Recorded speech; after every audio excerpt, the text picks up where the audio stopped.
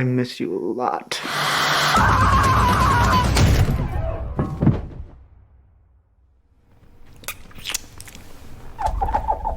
guys, how you doing? Nice to speak to you. Howard. Yeah.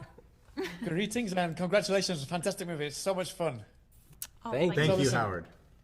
First question's for Jimmy. I mean, obviously, we all know that you wrote Cocaine Bear, so I'm really curious as to why you decided that this film was for you. This was the one that you had to get behind the camera for.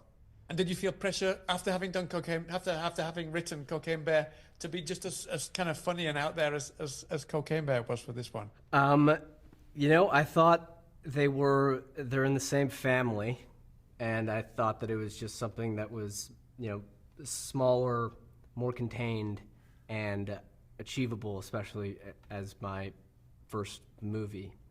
We're all in the same spot for, a period of time, I guess, more or less, and taking place over one night, and that's what I decided to do. Listen, Ray, you do a deranged remarkably well. It's obviously it's something that's in the genes. It's so good in this film. I'm quite curious. I mean, a lot of people who play kind of these deranged psychos in films usually study serial killers or Tom Cruise or different people, depends on the film. Yeah. I'm curious, how did you approach this? Honestly, I just winged it. It's totally natural.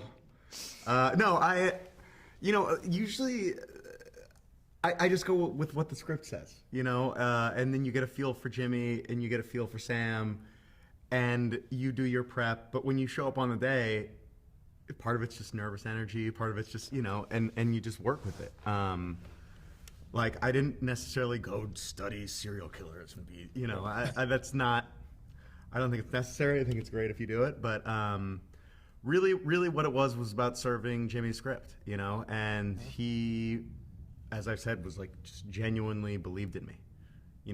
Really he was the first person that was like, you are this guy, I believe in you, go take with it what you will.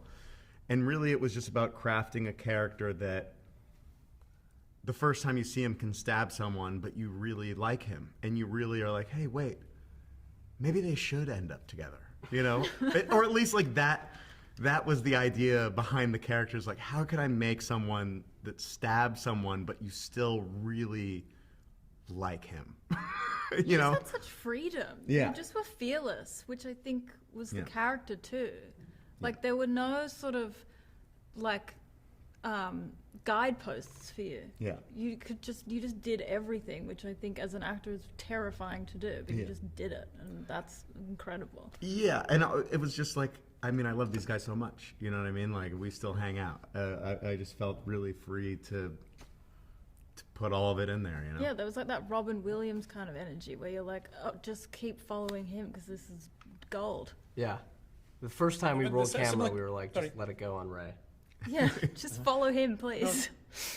Because I wanted to ask someone the same kind of question. I mean, we see you in this film not as a scream queen, a typical scream queen, because this is kind of, you have fun at the same time. You're not kind of scared out of your wits. Yeah. I'm curious how you kind of approach that, because it's kind of a fine line to keep the comedy, but also be kind of scared of Ray's character at the same time, no? I watched King of Comedy and Jerry Lewis's performance in that, where he's being kidnapped and is in a very frightening situation, but he's so level-headed and somewhat pragmatic about it. So I took a lot of inspiration from that, because I knew I had to be the straight man, or I think they call it comedic foil. Is that what they call it now? I had to be the comedic foil for Ray's character and Alba's character. In order to do that, I had to be sort of level-headed. Whereas if I was also this insane, manic, terrified woman, I think it would have just taken away. So I just, once I started seeing what Ray was doing, I just thought, okay, I'm here to support him. I'm going to set him up and let him fly. Yeah. We were talking a lot about Ace Ventura and how do the other characters in Ace Ventura react when he's he's being insane, and it's mostly with a weirded out. Yeah, just so grounded, because if there's two Ace Venturas, it would be too much. You just gotta lift him up, and it was great. Listen, they're pulling me out. So listen, congratulations again on the movie. I would love, before I go, I can't not mention that I would love to see a spin-off with Penny. That would be fantastic. She's a fantastic character as well.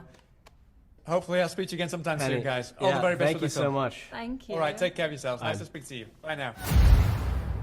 Please help yourself to champagne and first aid.